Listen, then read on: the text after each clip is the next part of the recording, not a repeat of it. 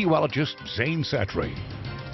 After some thunderstorms this morning, we cleared out across the area this afternoon. Just a few high clouds on our satellite and radar at this hour. Temperatures right now are mostly around 80 degrees, a little bit warmer to the south and west. As we go through the evening on our forecast first, it's going to be pretty humid and mild through the early part of the evening. Our big focus is going to be on some stronger thunderstorms moving in late tonight. We're going to detail that and more coming up on Local 4 News at 6.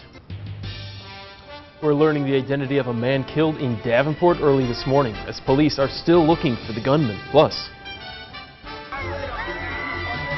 the Quad Cities holds its first Pride Parade. The local community is responding amid a controversy. WHBF is local for you. This is Local 4 News at 6.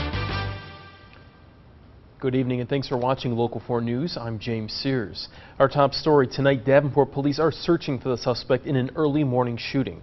Officers responded to a disturbance call with reports of shots fired shortly after 2 a.m. When police arrived in the area of 800 West 4th Street, they found a 46-year-old Davenport man who had been shot. He's identified as Jason Blair Roberts of Davenport, was taken to Genesis East Hospital with life-threatening injuries. Shortly after arriving, though, he was pronounced dead. Meanwhile, a Davenport man faces several charges after police say he hit several cars while driving under the influence. The first hit-and-run crash happened yesterday around 6 p.m. near the intersection of West Kimberly Road and Sturtevant Street. Police also got reports at 3 other intersections.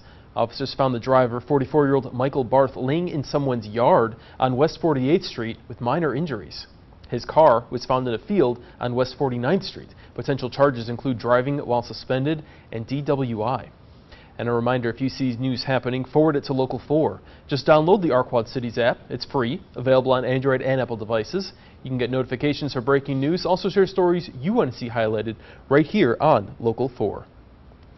An historic moment for the Quad Cities today with the area's first Pride Parade. It's also the first bi-state Pride Parade in the Midwest.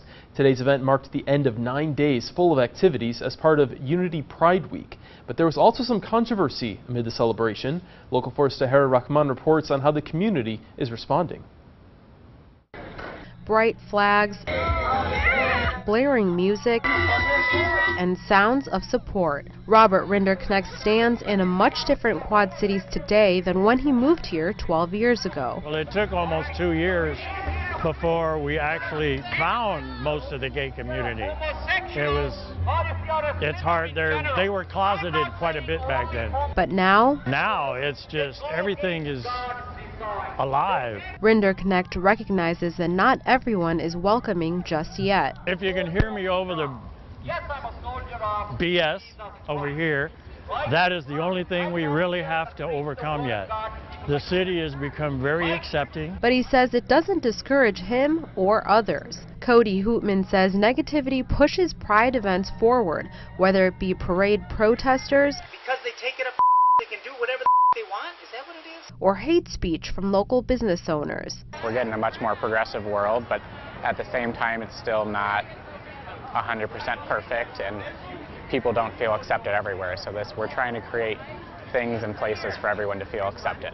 A space that Kai Lopez and his girlfriend cherish. I came out as transgender a couple years ago, so it's just important to keep up with my tradition and who I am. And that they hope to keep alive for generations to come. I love when people bring their kids here. I'm like that's teaching like some really open-mindedness, and even if you're not gay, it's fine. I mean, coming down and showing support is really a big main thing. And although Rinderknecht has waited more than a decade for this moment, he knows the Quad Cities tradition is here to stay.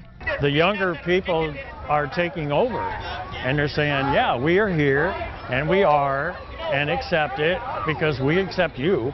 Tahira Rahman, Local 4 News. Tahira, thank you. Cody Hootman says it took a year to plan Unity Pride Week. He says they're already planning next year's events. Well, there was plenty of pink in Moline today for the 2018 Coleman Quad Cities Race for the Cure. And they're off! Hundreds of Quad Cityans showed up this morning. Many of our own Local 4 News team showed their support, including evening anchor Jim Needleman, morning anchor Redrick Terry, meteorologist Ash Simpson, and reporter Grace Runkle, all handing out water to participants. Many were walking or running to honor a loved one. Today's race winner says he showed up for his aunt. I felt kind of tired. Once I hit the second mile, it was really tiring, but just knowing that it was for a good cause and everything, it helped really push me through. Participants raised more than $50,000 for the cause. A great turnout there, Zane, this morning. Out there in the Quad Cities, some nice weather. Yeah, good weather. There were a couple showers to dodge early this morning, but you know, it looks like the race went off without a hitch. But today went off without a hitch pretty much as well. High of 85 degrees, a little bit warmer than normal, a little humid out there as well. We got some storms coming up in the forecast. We'll detail that right after this. WHBF is local for you with James Sears, meteorologist Zane Satry, and sports with Dan Pasco. This is Local 4 News at 6 in high definition.